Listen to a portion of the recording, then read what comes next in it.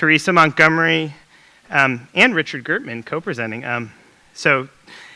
Teresa is the recycling manager at South San Francisco Scavenger and public relations manager at Garden City Sanitation. At Garden City, she is responsible for outreach on the residential food composting program, and I'm going to keep going. Hey! And also coordinating the Sustainable Alternative Feed Enterprise and Sustainable Organic Solutions projects. And over the last 10 years, she's also worked as public relations manager at Livermore Sanitation, Alameda County Industries, and Mission Trail Waste Systems. Richard Gertman has no introduction because he doesn't need an introduction. Other than that, he's principal for sustainability too, and they're going to talk about San Jose's residential food scraps pilot, From Fork to Feed. Great. Yeah. Which is, I guess it's that one. Okay, so Matt commented on having to follow Evan, and we, of course, have to follow the NCRA players, so take pity on us. Okay, so we've been hearing all day about the parts of the EPA food hierarchy, and starting at the bottom of the least favorite things that we want to do with leftover food is put it in the landfill. Moving up from there, composting it is better than landfilling, but not what EPA would like to see us do with it. Industrial use is a funny term that they came up with that only EPA could love in my mind, but it includes AD and other things like that. Feeding animals, which is what we're going to talk about, and it would obviously better if we didn't have leftover food to feed to animals, but certainly better than other options.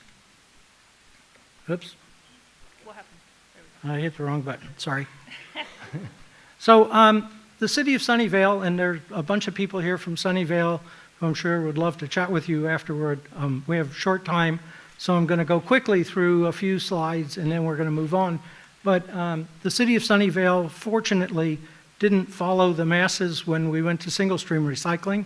Sunnyvale maintained a dual stream recycling program with the split cart, and the split cart for Sunnyvale gave me the idea years and years back to do split cart to recover food as well. So in Sunnyvale, because they do split cart recycling, the public is used to the concept of separating their fiber from other recyclable materials, and we went to them and said, we'd like you to separate your food scraps from your other garbage as well, and we're going to give you a different garbage cart that's divided just like the recycling cart, and take away your old garbage cart and have you give us material that works for us to recover the food. So this is what it looks like. The far cart with the green and blue lid is the recycling container. The one in the middle is the yard waste container. We didn't change the recycling program when we didn't change the yard waste container or contents of those carts. And the one on the closest to me is we took an old recycling cart and put new lids on it. So it's something they were used to, the way it looked, the way it worked, and we asked them on the yellow side to put food scraps, and on the other side, the black side, to put other things that they called garbage. Here it is, somebody actually loading. You can see pizza box fits, and that was one of the things that was a big concern, where we would put the pizza boxes and how they would work. And then initially, when we started the program, we did the shore close kitchen pails and gave 50 bio bags to each household, which they used and used up very quickly, probably on average about 3 a week. And so our 9-month pilot most of the families ran out of bio bags very early in the process. Because of the ability to process the materials, as you're going to hear in a bit, we were okay with people putting their food out in plastic bags because the processing recovers that. So we set up a 2-part operation, one to collect relatively clean materials and then to process those clean materials after they're collected. These, early in the process, I did a lot of floor sorts. This is a floor sort, so the garbage is in the back, and then this is in the foreground are the bio bags. And I did little piles of 10 bio bags each, so I could count them quickly and know how many bags there were. We took all of the bags from a couple of days counted them, weighed them, and then did a weight per bag average. It's about 2.5 pounds per bag that was put out. And on a typical day from 100 households, we would get anywhere from 180 to 220 bio bags in a load. So people were participating. If you can't see very well in this slide, but the bio bags were clean. The material that was put out in the bio bags was virtually 100% food scraps. There was a bunch of stuff loose in the containers, like the paper, pizza boxes and stuff like that don't fit in the bio bags clearly. And so that was additional material that we were recovering. Basically, 85% of the households, roughly, gave us really clean organics in the organic side of the cart. And then 15% of the households, mostly in higher density housing, provided us other things in the food side of the cart. They were putting garbage in the food side of the cart because they had more garbage than would fit in the garbage side of the cart, primarily. There were a few people who just didn't like the idea of the program, and they let us know that. But overall, the participation was very high, the response was very high. We got very clean organic materials from the program. So ballpark would average about 12 pounds per week per household city from the pilot service area, which was about 500 households. We did 100 households each day, 5 days a week. So with that, I will turn it over. Okay, so in San Jose, we had a little bit different, actually a lot different situation.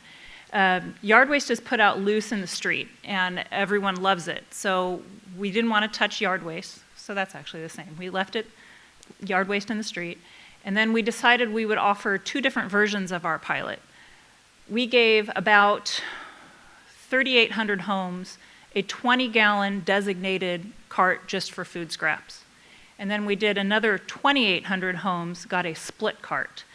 We wanted to see if one would work better than the other, and we took a lot of care to make sure that our pilot areas were similar to each other, but also very diverse. So we have many cultures, many different languages in both pilot areas. One thing I should also explain is working for Garden City Sanitation, we were already the garbage collector, and food is in our garbage cart. So it kind of put us in a great spot to try this. These photos show what our split cart looked like, and then down here at the bottom shows the 20-gallon. They both were clearly labeled on the top. We went with a lot of graphics, hoping that that would break through any language barriers that we would have. So this is the big results slide. I look at it every day and think, okay, well, why the differences? Higher participation with a split cart because potentially it's more convenient, because most people in that pilot area had a 32-gallon garbage, and we gave them a 64.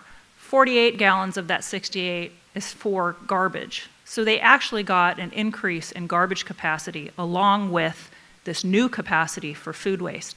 So maybe higher participation there because we made people happy. We made it easier for them to participate and to sort correctly. You can tell even the pounds per week per home is confusing. I would think that we would have gotten more pounds per week from the 64-gallon, but we did not. We got them from the 20-gallon.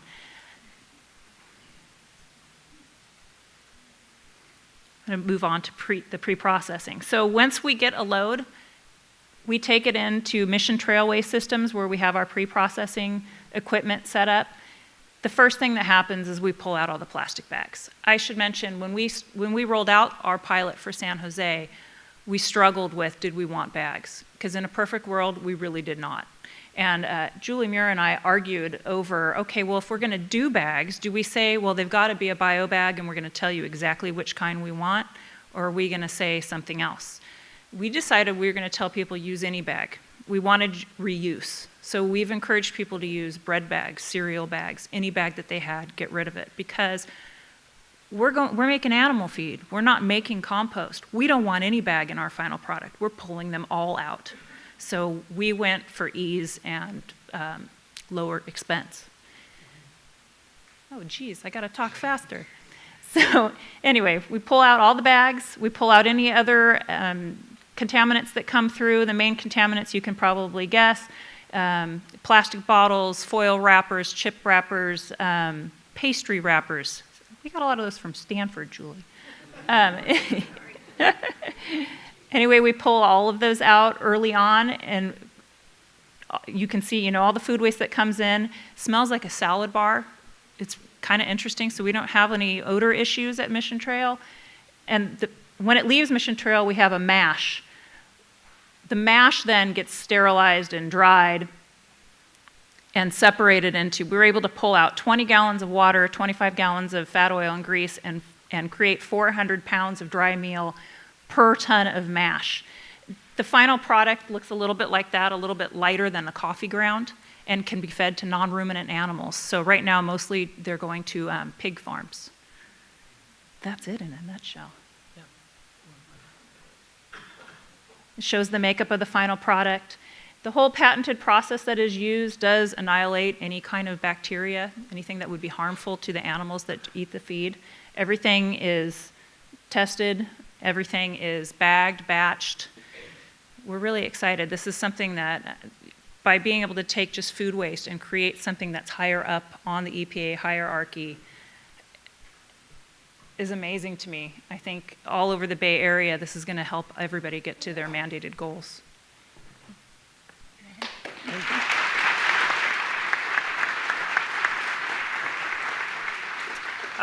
Any questions out there? Yeah, right here.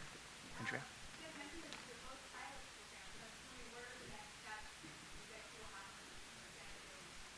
For San Jose, we'll finish the pilot in September. It's a year-long. It's a year-long pilot for San Jose, so we will reevaluate everything with the city at the end of September. And in Sunnyvale, the pilot has temporarily ended, and we're discussing next steps at this point.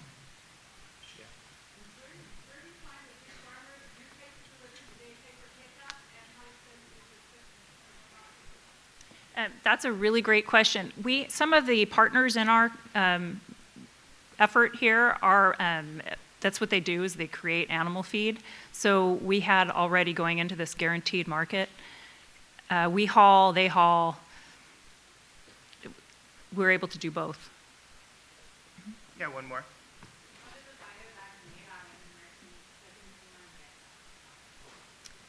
That's a good question. Yeah. I know that Costco sells them.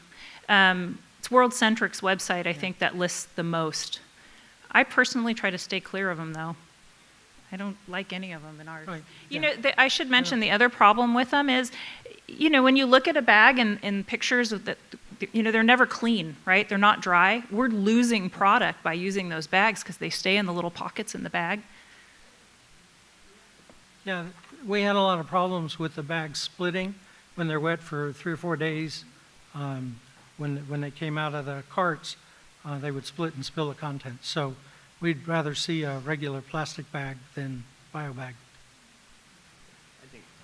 Thank you. Yeah, good. Cool. Thanks. Thank you.